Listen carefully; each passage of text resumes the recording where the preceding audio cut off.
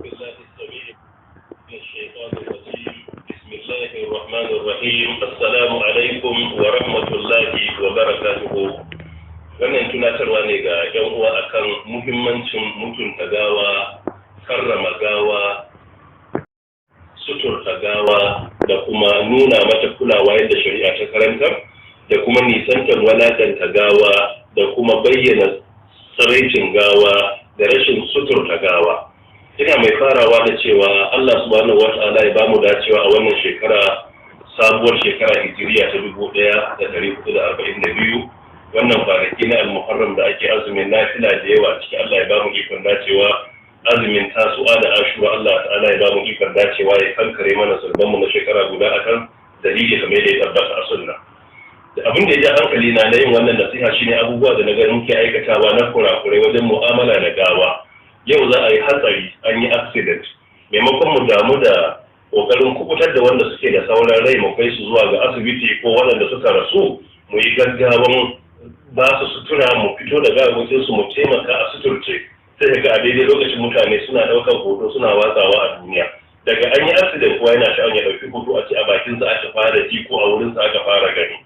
Wannan da hakika musifa ne, bala'i ne, kuma ya saba wa tarbiyyar addini. Yau mun waye gari gawa ana wanke ta, suna garajen zuwa mutuwari suna ɗaukar hoton gawa. Ana fito da gawa daga gida a makara, ana yin bidiyo ana ɗaukar hoton gawa.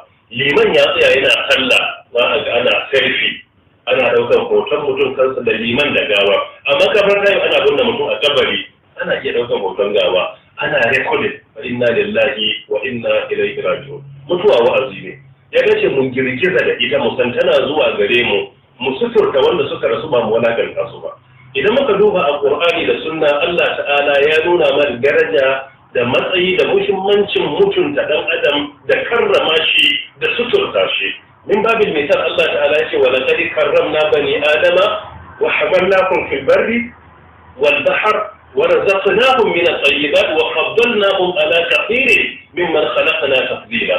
Wannan cikin suratul Isra aya ta 70, Allah ya ce wa laqad haqiqa tabbas karramna bani adam, mun mutunta dan adam, mun karrama shi, mun kaddara shi, mun girmama shi akan tsandauri da akoki. Kaga Allah ya ce ya mutunta mutum. Haka dukkan wani abun da bai saba shari'a ba na mutunta dan adam wajibi mu yi.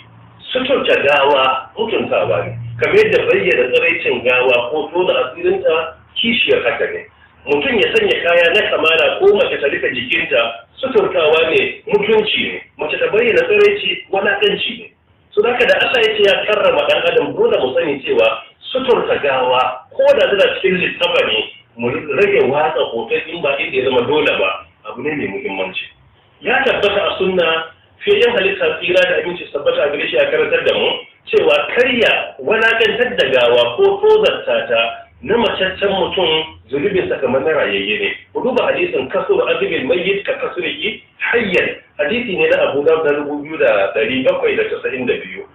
A baya da haka idan muka duba dukkan yadda ake mu'amalantar ga a musulunci daga rasuwa har zuwa binnewa, za mu ga akwai nau'in mutuntawa da girmamawa. In ɗan adam ya rasu, a sunna gabanin ya rasu a zo ana ba shi kalmar shahada la ilaha illallah, ya faɗe ta, wannan mutuntawa ne. Ashhadu an la ilaha illallah mutuntawa ne. In ya rasu a shafa fiskarsa, a rufe idonsa, wannan mutuntawa ne. In ya rasu a zo a masa wanka ɗaya ko biyu ko uku gwargwadon yadda ya kama, duka mutuntawa ne da girmamawa ne. A sanya turare a ruwan da ake wanke shi mutuntawa ne. A samo littafani farisol a saka mutum a ciki, duka mutuntawa ne da girmamawa ne. A fito da shi liman ya wuce gaba mu masa sallah, mu roƙi Allah ya gafarta masa, mutuntawa ne. Mu kai shi makabarta, gawa ta yi gaba, mu bi ta a baya kamar yadda ya tabbata a sunna, yadda ya zo a hadisin Bukhari na 2244,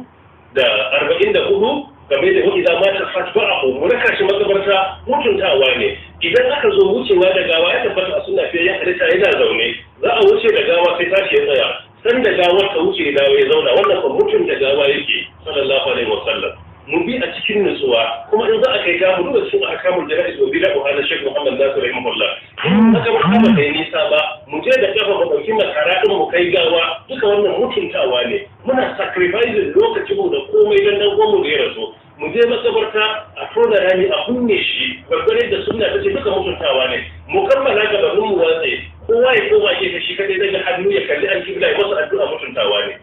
maimakon mu kiyaye waɗannan ababe yau sai muka mai da gawa abun walakantawa da tona mata asiri, mutum ya rasu a lokacin da aka yi hatsari an ɗauki hoto an hatsa wa duniya ga fiskarsa abu ɗaya ya rasu waye ce mu yi haka?